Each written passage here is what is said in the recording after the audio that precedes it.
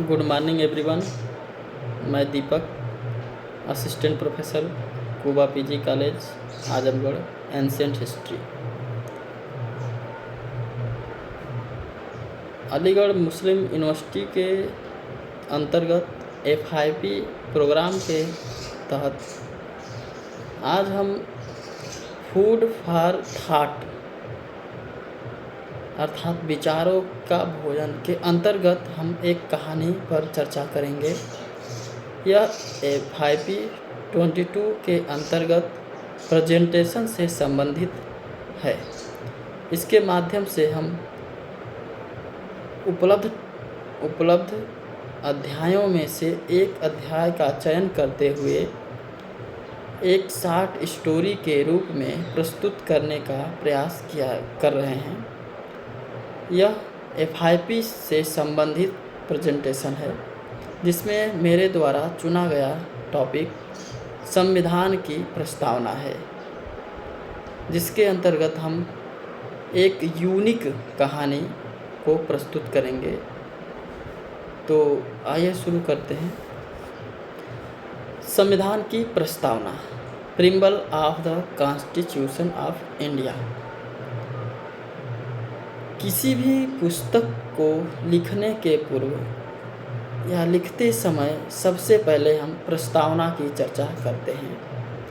प्रस्तावना वह तत्व होता है जो किसी भी पुस्तक या संविधान का की पॉइंट होता है, अर्थात प्रस्तावना के माध्यम से हम संपूर्ण पुस्तक या संविधान को समझ सकते हैं।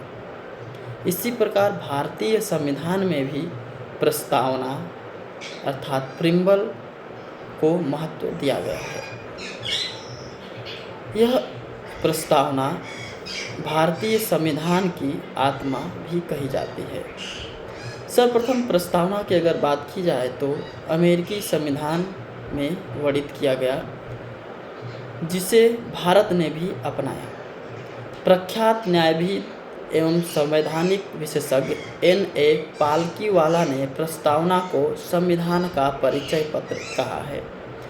भारतीय संविधान की प्रस्तावना पंडित जवाहरलाल नेहरू द्वारा प्रस्तुत 13 दिसंबर 1946 को संविधान सभा में उद्देश्य प्रस्ताव पर आधारित है, जिसे 22 जनवरी 1947 को संविधान सभा द्वारा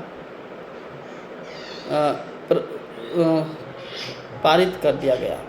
यही आगे चलकर भारतीय संविधान की उद्देशिका बनी, जिसे इंग्लिश में प्रिम्बल कहा जाता है। यद्यपि इसमें एक बार संशोधन किया जा चुका है। इंदिरा गांधी के प्रधानमंत्रित्व काल में 42वें संविधान संशोधन 1976 के अंतर्गत इसमें 3 तत्वों को सम्मिलित करके एक संपूर्ण प्रस्तावना को प्रस्तुत किया गया।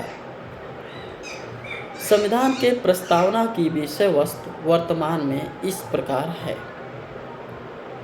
हम भारत के लोग भारत को एक संपूर्ण प्रभुत्व संपन्न समाजवादी धर्मनिरपेक्ष लोकतांत्रिक गणराज्य बनाने के लिए और उसके समस्त नागरिकों को सामाजिक, आर्थिक और राजनीतिक न्याय, विचार, अभिव्यक्ति, धर्म, विश्वास व उपासना की स्वतंत्रता, प्रतिष्ठा और अवसर की समता प्राप्त कराने के लिए तथा व्यक्ति की गरिमा और राष्ट्र की एकता तथा अखंडता सुनिश्चित करने वाला बंधुता बढ़ाने के लिए दृढ़ संकल्पित होकर अपनी इस संविधान सभा में आज दिनांक 26 नवंबर 1949 को एतद द्वारा संविधान को अंगीकृत, अधिनियमित और आत्मार्पित करते हैं। यह संविधान को व्याख्यायित करने का एक की नोट्स है, जिसके माध्यम से हम संविधान को समझ सकते हैं। अगर हम प्रस्तावना के प्रमुख तत्वों की बात करें तो इसे 4 रूपों में देख सकते हैं। पहला है संविधान के अधिकार का स्रोत। प्रस्तावना कहती है कि संविधान भारत के लोगों से शक्ति प्राप्त करता है। दूसरा, भारत की प्रकृति। यह भारत की प्रकृति को भी व्याख्यायित करता है कि भारत एक संप्रभु, समाजवादी एवं पंथनिरपेक्ष राष्ट्र है। तीसरा, संविधान के उद्देश्य। इसमें संविधान के उद्देश्यों पर व्यापक चर्चा की गई है। न्याय, स्वतंत्रता, समता, बंधुता इत्यादि। चौथा है संविधान लागू होने की तिथि। यह 26 नवंबर 1949 की तिथि का उल्लेख भी करता है। संविधान की प्रस्तावना के महत्व को व्याख्यायित करते हुए भारतीय न्यायविद तथा शिक्षाविदों ने अपने अपने विचार को स्पष्ट किया है। संविधान सभा के अध्यक्ष सर अल्लादी कृष्णा स्वामी अय्यर के शब्दों में, संविधान की प्रस्तावना हमारे दीर्घकालिक सपनों का विचार है। उसी प्रकार के मुंशी ने संविधान की प्रस्तावना के संबंध में यह बताया है कि संविधान की प्रस्तावना संविधान का सम्मानित भाग है, जिसे संविधान की आत्मा भी कहा जा सकता है। उसी प्रकार विदेशी राजनीतिज्ञ अर्नेस्ट बार्कर ने संविधान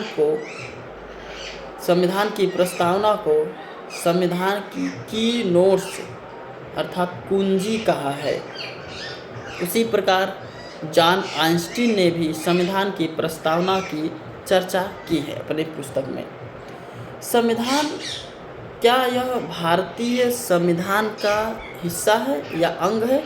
इस पे भी प्रारंभ में विद्वानों ने अपने अपने मत प्रकट किए। यद्यपि संविधान की प्रस्तावना भारतीय संविधान का अंग है, इसका वर्णन हम इस प्रकार कर सकते हैं। सर्वप्रथम देखा जाए तो वेरुवाड़ी वाद जो 1960 में आया, इसमें उच्चतम न्यायालय माना कि यह एक कुंजी है जिससे हम संविधान को समझ सकते हैं। यह हमारे संविधान की कोई प्रस्तावना या हमारे संविधान का कोई अंग नहीं है। हालांकि केशवानंद भारतीयवाद में 1973 ईस्वी में सुप्रीम कोर्ट ने न्याय निर्णय करते हुए बताया कि यह भारतीय संविधान को समझने की कुंजी तो है ही, साथ ही भारतीय संविधान का एक अंग है जिसमें भारतीय संसद द्वारा संशोधन किया जा सकता है, किंतु इसके मूल ढांचों को गायब न करते हुए संशोधन किया जा सकता है। अर्थात संवैधानिक मूल ढांचा को बरकरार रखकर इसमें आवश्यकता के अनुसार संशोधन किया जा सकता है। यद्यपि जो हमारा प्रस्तावना है वो वाद योग्य नहीं है, अर्थात उसके माध्यम से हम न्यायालय में मुकदमा दायर नहीं कर सकते हैं। अगर हम संविधान में मूल तत्वों को देखें तो 1946 है, उस समय संविधान में प्रस्तावना में 3 तत्वों को नहीं जोड़ा गया था, जिसे 1976 के 42वें संविधान संशोधन के माध्यम से आवश्यकता के अनुसार देश की परिस्थितियों को देखते हुए श्रीमती इंदिरा गांधी ने 3 तत्वों को समाहित किया, जिसने भारत के संविधान को एक व्यापक अर्थ प्रदान किया। यह तत्व है समाजवादी, धर्मनिरपेक्ष और अखंडता। इंदिरा गांधी ने यह महसूस किया कि भारत में किसी एक धर्म को या किसी धर्म को मानना उचित नहीं है, क्योंकि यहाँ पर विविध धर्मों का प्रभाव है।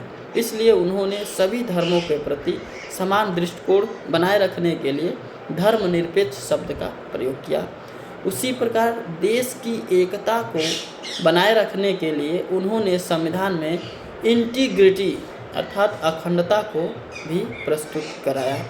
समाजवाद अर्थात सभी को समान रूप से रोजगार अवसर या अपने व्यक्तित्व के विकास के लिए प्रस्तुत करने का अवसर दिया जाना चाहिए।